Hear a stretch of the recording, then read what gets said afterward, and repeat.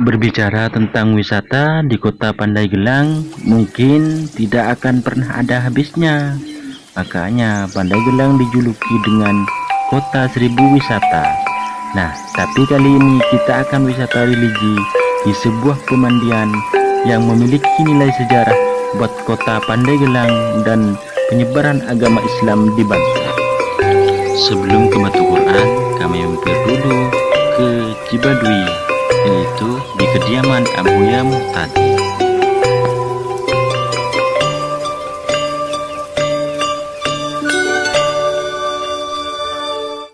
Setelah nyampe di Cibadui, yaitu di kediaman Abuya Muhtadi, kita istirahat sejenak.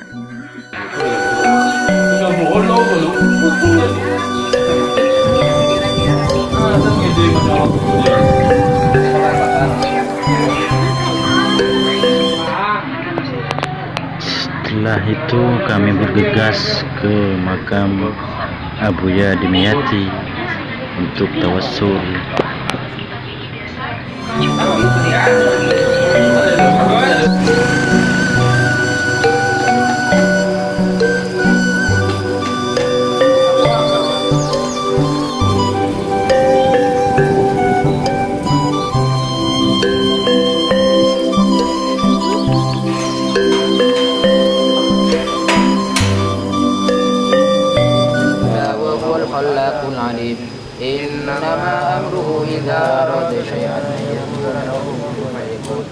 Subhanalladzi biyadihi malakutu kulli syai'in wa ilaihi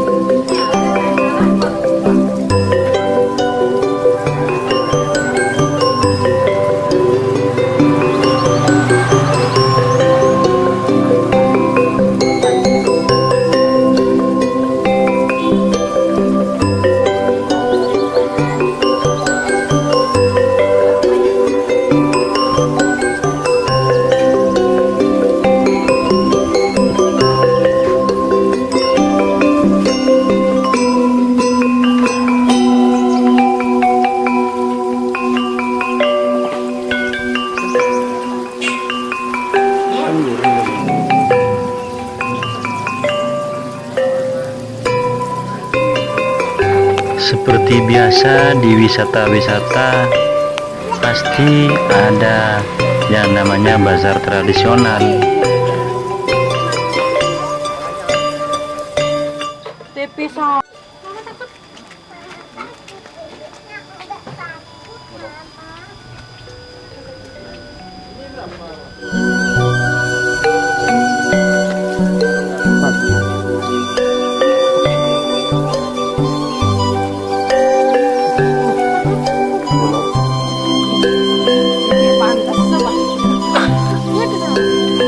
Tidak perlu berlama-lama, kita langsung ke Abuya Muhtadi saja.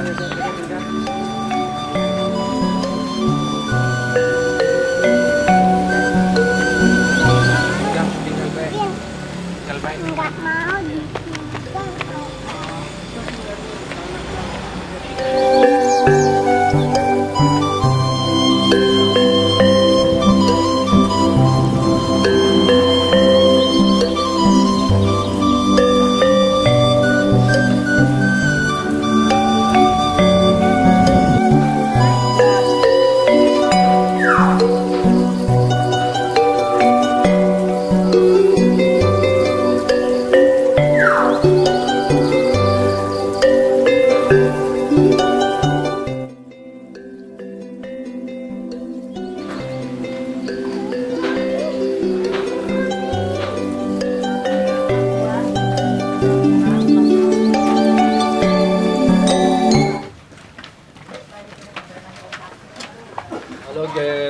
mandi guys. Mandi bersih nih.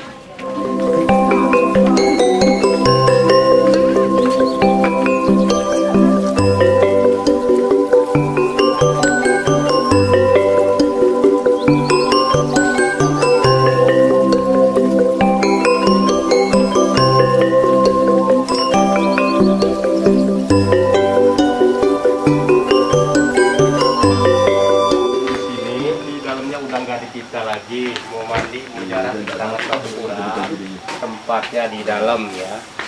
Jadi siapin di sini masing-masing 10.000 setoran ya. Mau jarah mandi silakan. 1, 2, 3, 4, 5, 6, 7, 8, 9 ya.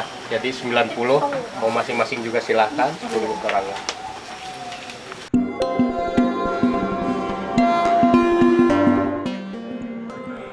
Batu Quran merupakan tempat ziarah yang terletak di Kabupaten Pandeglang.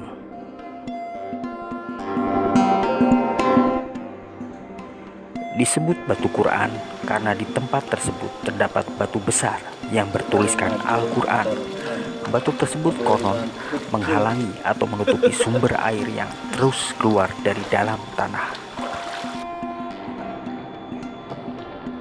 Di Batu Quran juga banyak dikunjungi orang untuk menikmati kejernihan mata air yang keluar dari kolam yang di dasarnya terdapat batu bertuliskan Al-Quran tersebut.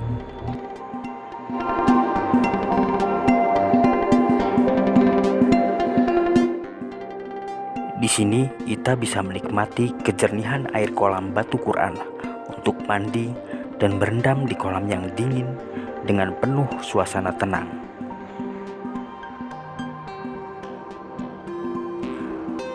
Jika Anda mencari bahwa ada tulisan Al-Quran di atas batu, Anda tidak akan menemukannya. Batu Quran hanya berupa kolam pemandian. Batu Quran yang dimaksud adalah batu berukuran besar yang berada di dasar kolam.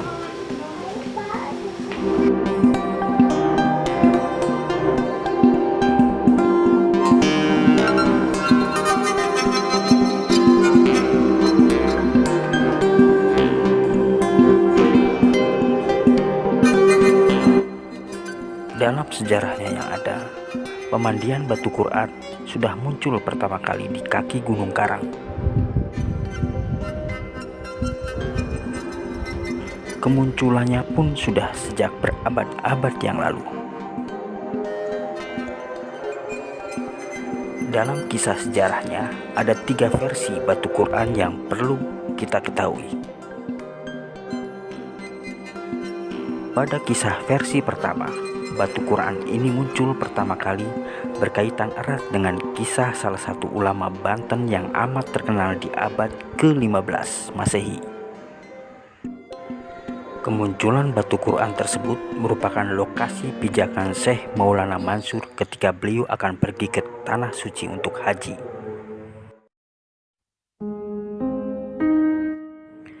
Kala itu beliau hendak ke Mekah dan langkahnya diawali dari lokasi tersebut dengan membaca basmalah. Kemudian sampailah Syekh Maulana Mansur di Mekah tanpa melakukan perjalanan darat ataupun laut.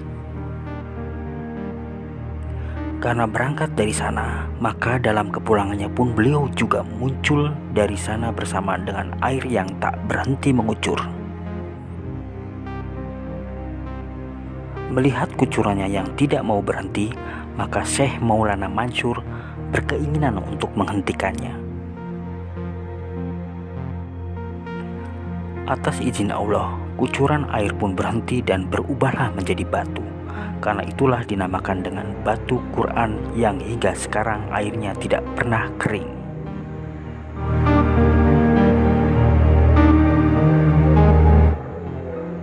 Dalam cerita sejarah Batu Quran yang kedua, berkaitan erat dengan salah seorang ulama aulia dengan nama Syekh Mansyuruddin. Syekh Mansyuruddin adalah salah satu penyebar agama Islam di Banten. Beliau hidup di sekitar abad ke-17. Secara nasab, beliau adalah putra dari Sultan Ageng Tirtayasa. Sejarah batu Quran di Banten versi yang kedua dipercaya kala itu Syekh Mansyuruddin sedang berada di Mekah.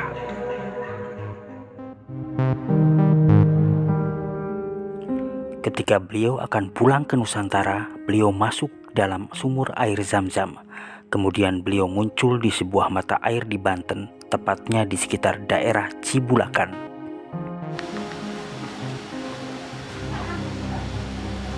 Ketika beliau keluar, ternyata air tersebut tidak mau berhenti dan tetap saja mengucur. Akhirnya, beliau mencoba menghentikannya dengan sebuah Al-Quran. Atas kuasa Allah, kucuran tersebut akhirnya berhenti. Dengan jari telunjuknya, beliau mengukirkan tulisan Al-Quran pada batu.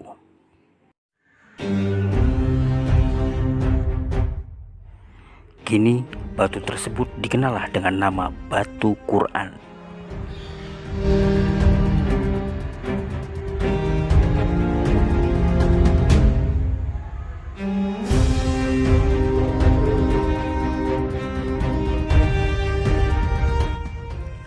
Pada versi terakhir, riwayat Batu Quran diyakini berkaitan erat dengan Sayyidina Ali, Prabu Munding Wangi dan Prabu Kian Santang, di mana Prabu Kian Santang dalam kisahnya belajar ke tanah suci pada Sayyidina Ali. Ketika beliau pulang ke tanah Pasundan, beliau mengirim utusan untuk lebih banyak mengenal tentang hukum Islam mengenai hitan pada Sayyidina Ali di Mekah. Dan dikisahkan pula bahwa Sayyidina Ali pun akhirnya datang ke Nusantara, tepatnya di tanah Pasundan, untuk menyerahkan kitab suci pada muridnya, yaitu Prabu Kian Santang. Namun saat itu sang Prabu sedang berada di Sahyang Sirah, ujung kulon, untuk menemui Prabu Munding Wangi. Akhirnya pergilah Sayyidina Ali ke tempat tersebut dan sholat terlebih dahulu di atas batu karang. Tetapi usai sholat, beliau pun menghilang dan kemungkinan telah kembali ke tanah asalnya di Jazirah Arab. Kemudian setelah beberapa abad, cerita menarik ini diketahuilah oleh Syekh Maulana Mansur. Dengan penuh ketakjuban, berangkatlah beliau ke Sahyang Sirah untuk menyaksikan langsung mukjizat Allah dalam kolam bening bertuliskan ayat-ayat Al-Quran tersebut.